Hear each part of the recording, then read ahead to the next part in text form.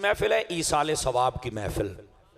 इसको हमारी बोली में ख़त्म भी कहते हैं। ये 30रे का हो, 7वें का हो, 10वें का हो, 40वें का हो या सालाना हो, इसको अरबी ज़ुबान में ईसाले सवाब कहते हैं। और ये कोई नई बात नहीं है। लोग हमसे पूछते हैं ख़त्म कहाँ लिखा हुआ है, तो हम उन्हें कहते हैं कि ईसाले सवाब तो कहीं है ना।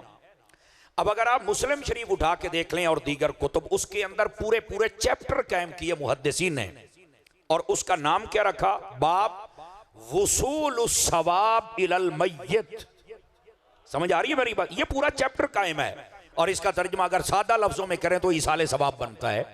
उन्होंने चैप्टर कायम किए कि वो बाब जिसमें वो हदीसें हम लिखेंगे कि मरने वाले को अगर कोई बंदा सवाब भेजना चाहे तो वो सवाब भेज भी सकता है और अल्लाह उसे अता भी फरमा देता है। ये बाकायदा तौर पर अहादीस में चैप्टर कायम है और ये सही मुस्लिम में मौजूद है जो मैं आपकी खिदमत में अर्ज कर रहा हूं। लेकिन हमारे लोग धोखा देते हैं, नहीं जी मैनू खत्म वखाओ कितने लिखे है।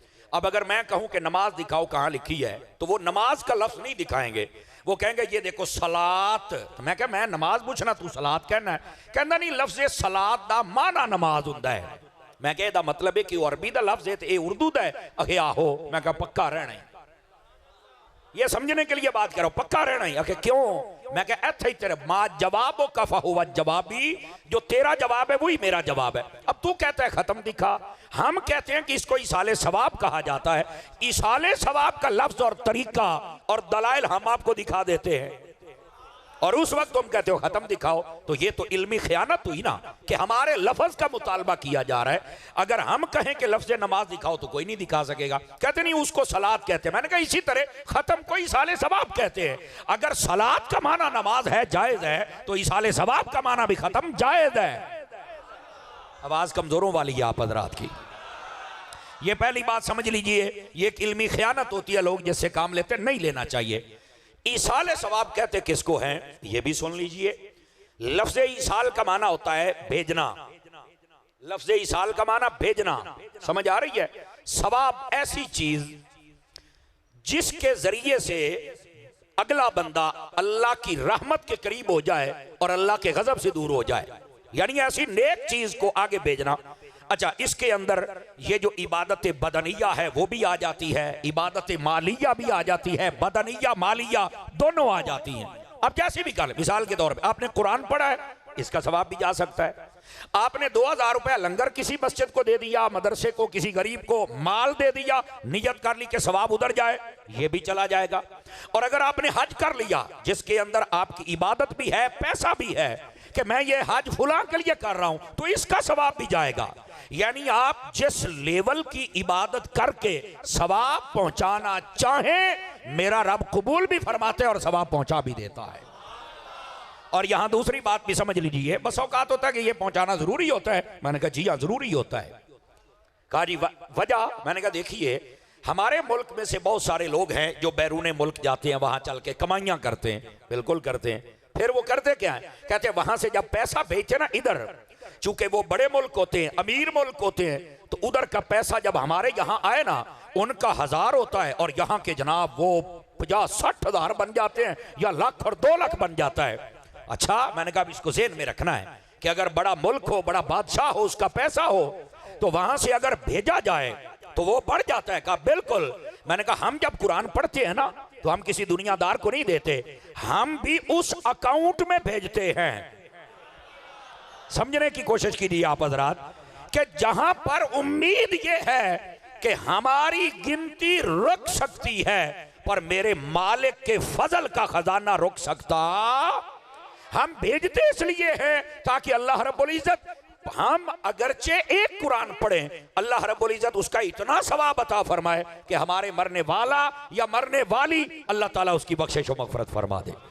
अब बात समझ आ रही है आप सभी हजरात को? तो ये इसलिए सवाब को ट्रांसफर किया जाता है, आगे भेजा जाता है। और फिर अगर बड़े मुल्क से भेजा जाए तो इतना फायदा हो जाता है। तो अगर हम अपने रब की बारगाह की तरफ भेजें तो अल्लाह ताला कितना ज्यादा सवाब अता फरमा के उस बंदे को अता करेगा, ये तो कोई बंदा सोच भी नहीं सकता। तो इसलिए ये ट्रांसफर करने में कोई मसला नहीं है, आप भेजने वाले बने, आपको कोई मसला नहीं होगा। ये थी तीसरी बात। अब जरा चौथी बात भी समझ लीजिए।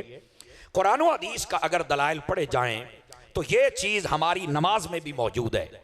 हम जब सलाम फेरते हैं ना तो उससे पहले हम एक दुआ पढ़ते हैं, रब्बि जालनी मुकीमस्सलात। और आपको पता होना चाहिए ये जो दुआ है ये हजरत इब्राहीम अलैहिस्सलाम अपनी मुबारक जिंदगी में मांगा करते थे।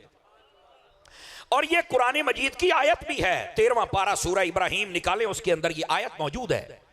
ये है दुआ, लेकिन अल्लाह को इतनी पसंद आई कि महबूबे पाक को आयत बना के कुरान में अता फरमा दी है।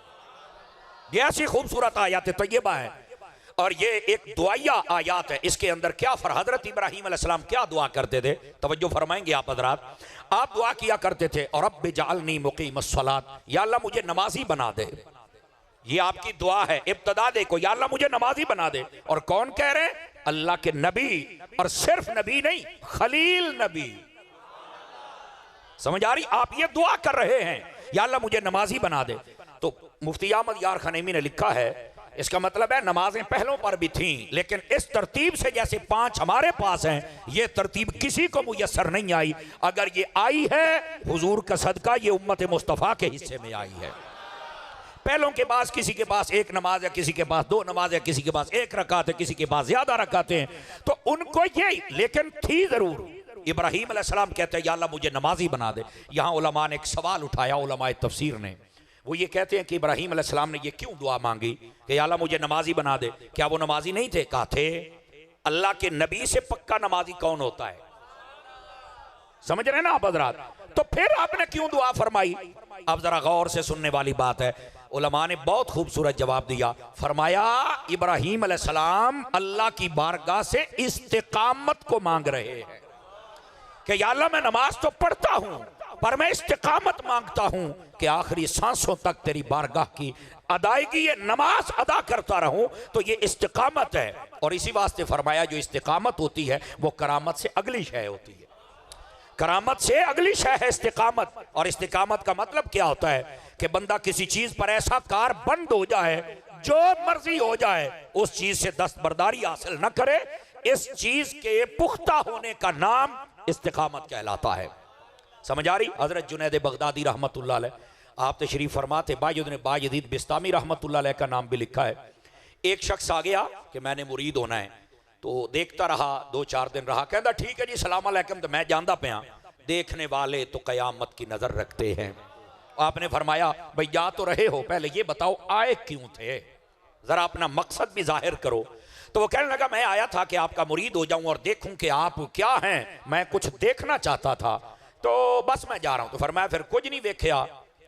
उसने कहा नहीं मैंने तो कोई खास बात नहीं देखी। मतलब हमारे यहाँ कहते हैं पीर वो होता है